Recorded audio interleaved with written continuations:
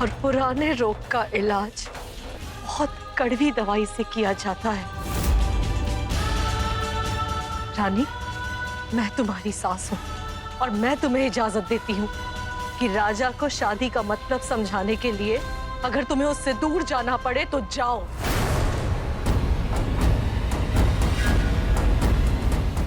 मैं तुम्हारे साथ हूं।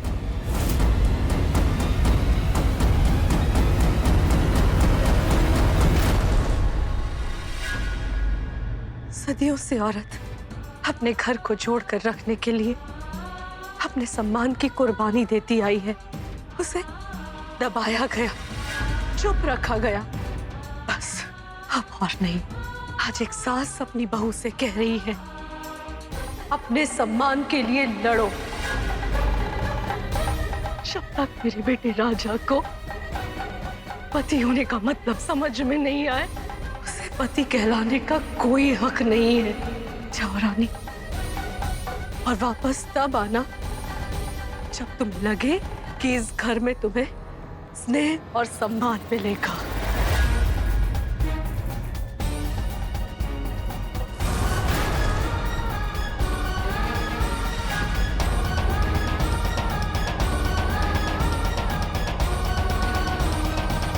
हम नहीं जानते राजा कि ऐसा क्या हुआ कि तुम्हारे लिए हमारे रिश्ते, हमारी शादी, हमारे मंगलसूत्र से बढ़कर किसी और की कीमत हो गई।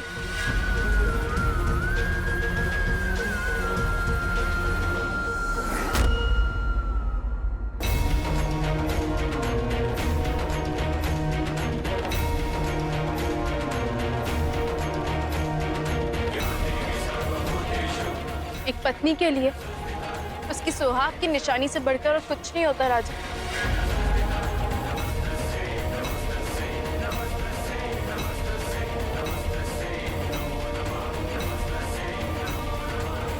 ये समझ लो, हम तुम्हारे पास अपना मंगलसूत्र नहीं, अपनी जान छोड़ के जा रहे हैं। जब तुम इसका सम्मान करना सीख जाओ, तब खुद अपने हाथों से हमें पहना देना। पर तब तक हम इस घर में नहीं रह सकते।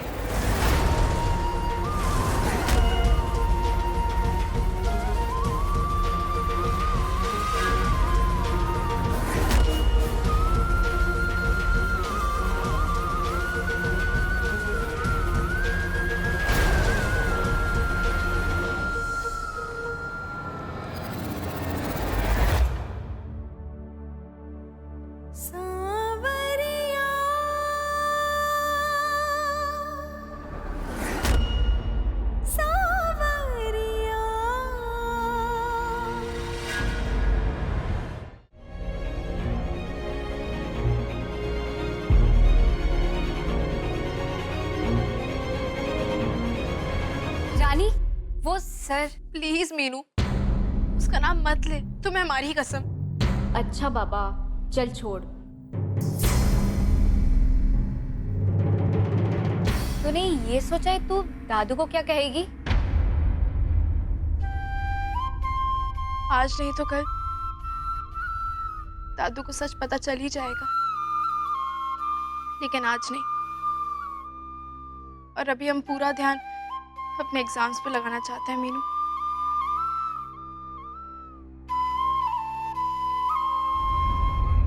माँ, मैं यही चाहता था। मैं रानी को खुद से इतना दूर कर देना चाहता था कि वो मेरा सहारा ना ले सके। वो खुद अपने पैरों पर खड़ी हो सके। उसमें इतनी ताकत हो कि वो जिंदगी का सामना अकेले भी कर सके। मैं जो चाहता था वो हो गया माँ। रानी मुझसे इतनी दूर चली गई कि मैं जीत कर भी हार गया। अब मैं क्या करूं माँ? मैं क्या करूं?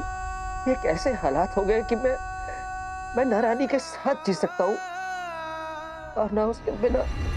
राजा, ना तो तुझे रानी के बिना जीना है और ना ही रानी के साथ। मुझे तो रानी के लिए जीना है।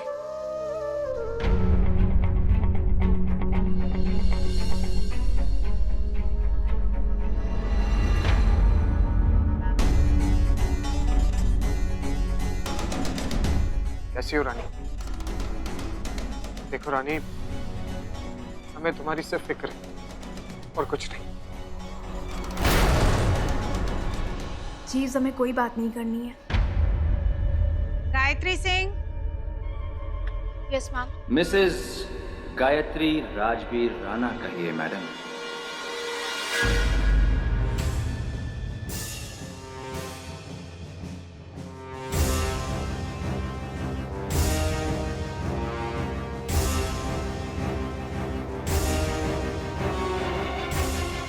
जीव जंतु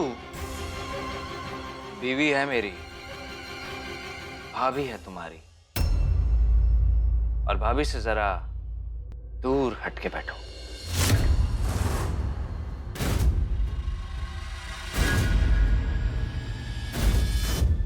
कम ऑन, कम ऑन।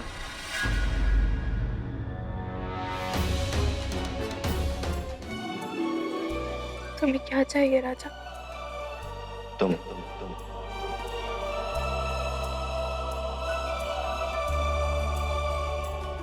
मैं चाहता हूं कि तुम ये मान लो कि मेरे बिना तुम कुछ नहीं हो और मेरे पास वापस आ जाओ।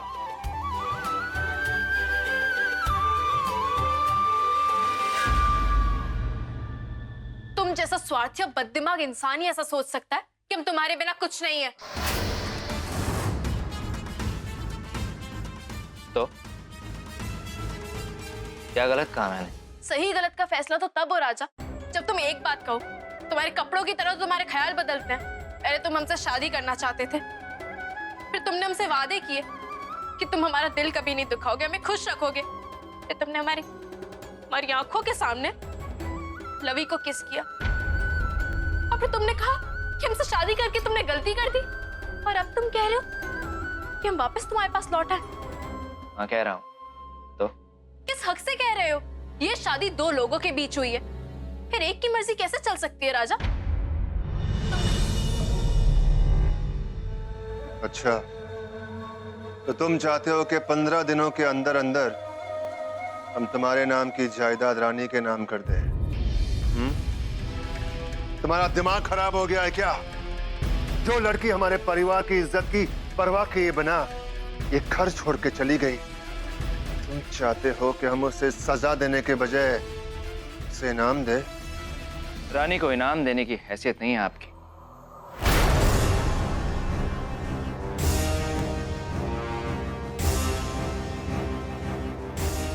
आपने उससे जो कुछ भी छीना है उसका सिर्फ एक छोटा सा हिस्सा लौटाने को कह रहा हूं।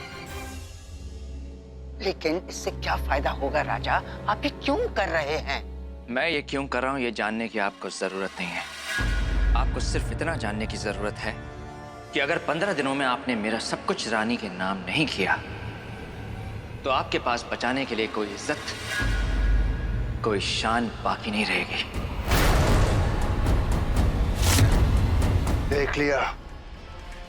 देख लिया आपके लाड प्यार का नतीजा। ठीक है,